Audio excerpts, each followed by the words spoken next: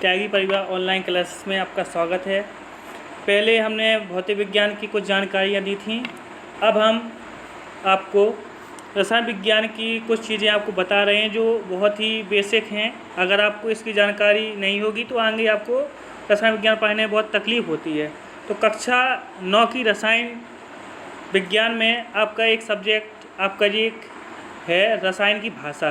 ठीक है, इसको पहले पढ़ना बहुत ज़रूरी है आप लोगों के लिए। ये एक तरह का रसायन विज्ञान का बेस है। ठीक है, कैसे आपका इसकी उत्पत्ति हुई है ये सब आपको इसमें आपको जानकारी मिलेगी। तो कक्षा 9 के सभी छात्र छात्राओं को ये बहुत ज़रूरी पढ़ना है। ठीक है, ध्यान देना है कि इसमें होता क्या है रसायन विज्ञान में। ठीक है, ये बहुत ही कठिन आपका सब्जेक्ट होता है।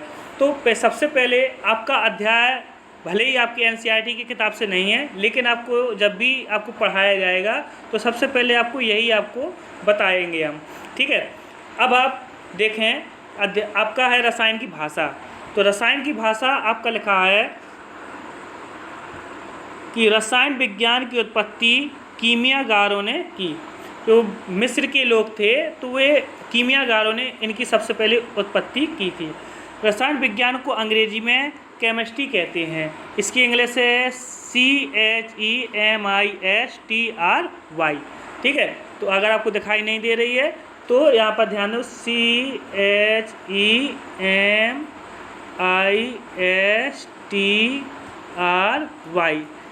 रसायन विज्ञान को इंग्लिश में केमिस्ट्री बोलते हैं। ठीक है, केमिस्ट्री भी हम बोल सकते हैं, इसको कहते हैं। ठीक है, जो कीमिया शब्द से लिया गया है। तो जो आपका जो केमिस्ट्री है ये कीमिया शब्द से आपका लिया गया है।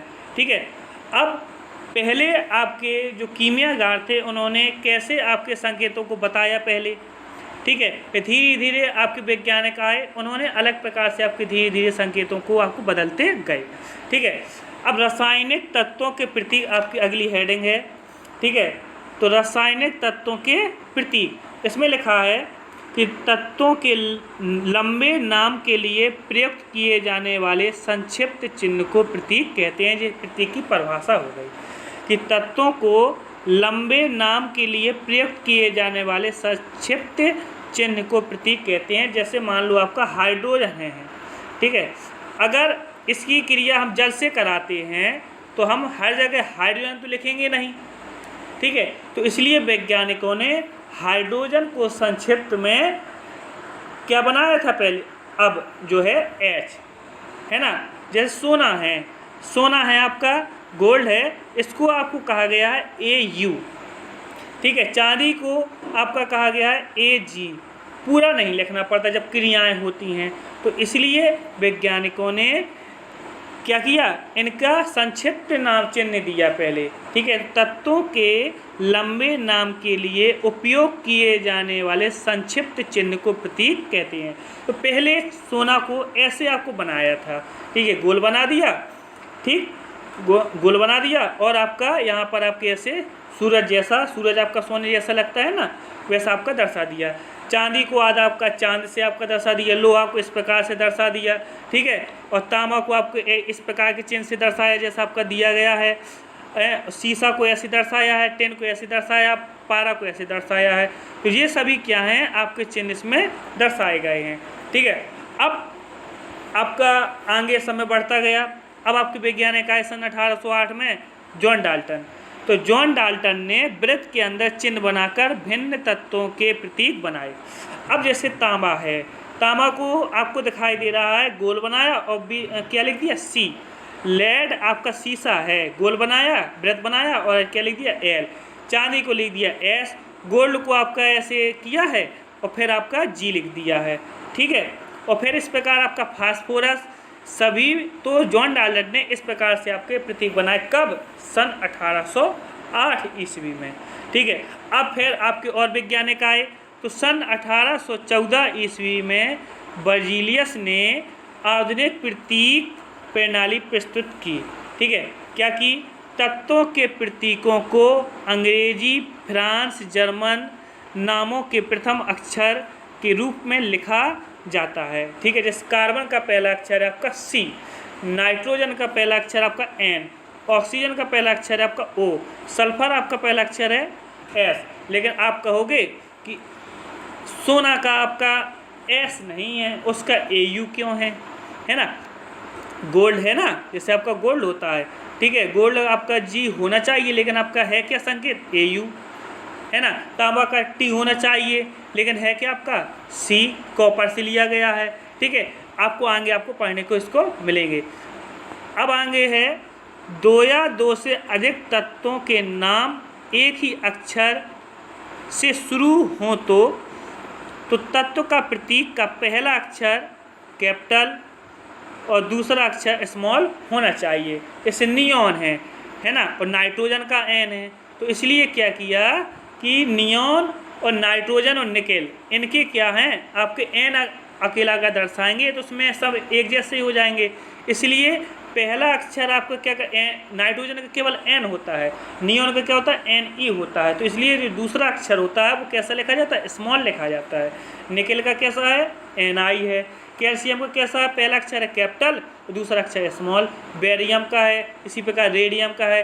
ये सभी क्या हैं आपके पहला अक्षर आपको इसमें कहा गया है, किसने कहा था, आपके बर्जीलियस ने 1814 ईस्वी में कहा था कि पहला अक्षर जो होता है कैपिटल होता है, दूसरा अक्षर क्या लिखा जाता है, आपका स्मॉल लिखा जाता है।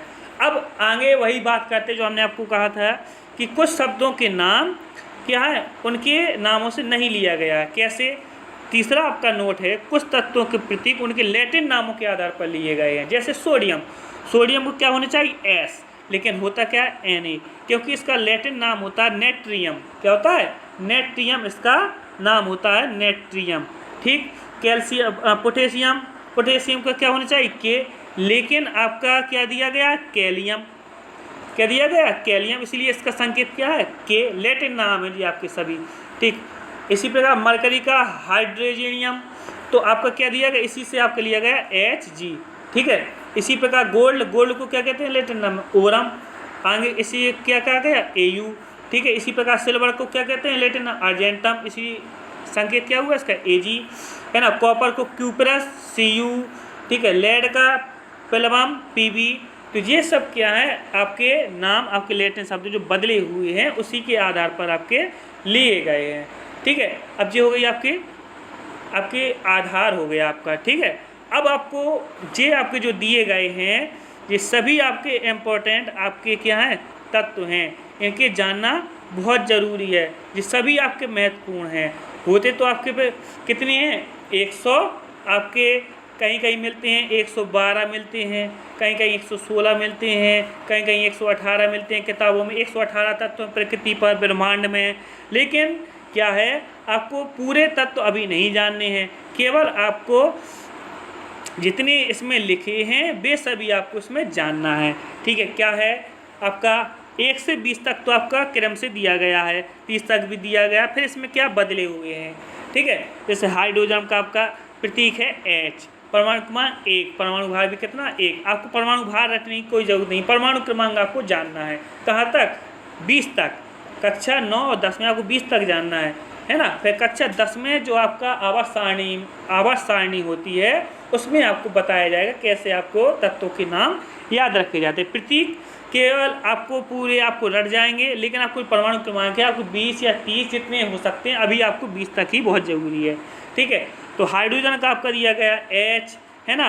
हीलियम का है He, लिथियम का है Li, बेरिलियम का है Be, बोरान का है B, कार्बन का है C। तो आपको कक्षा 8 में भी आपको ये लिखवा दिए गए होंगे, ठीक है। ये आप इसको क्या करना, नोट कर लेना जितने भी आपके दिए गए हैं। अब हम आपको अगली कक्षा में आपको बताएंगे कि जी आपके ये अम्लीय मूलक और जो क्षारीय मूलक हैं इनको रखना बहुत ज़रूरी है, क्योंकि इन्हीं से क्या है आपके सूत्र बनते हैं। अगर आपको ये याद नहीं होंगे तो आपको आगे केमिस्ट्री पढ़ने में बहुत दिक्कत होगी। तो इसलिए जितने भी आपके इसमें दिए गए हैं आपके अम्लीय और क्षारीय मूलक, इनको पढ़ना कैसे है हम आपको अगली क्लास में बताएंगे। तो आपको करना क्या है, आपको ये जितने भी आपके ये दिए गए हैं इनको सभी नोट कर लेना है, ठीक है। इसी से हम आपकी केमिस्ट्री जो होगी शुरुआत आपकी चालू होगी, फिर आपके NCERT की किताब के हिसाब से आपको पढ़ाया जाएगा आगे। तो जितने भी आपकी ये इंपॉर्टेंट चीज़ें इन सबको आप नोट कर लेना है, ठीक। तो आगे की क्लास में आपको ये बताएंगे कि अम्लीय मूलक और क्षारीय मूलक याद कैसे करना है और ये होते कैसे हैं, ठीक है। तो आज की क्लास के लिए धन्यवाद।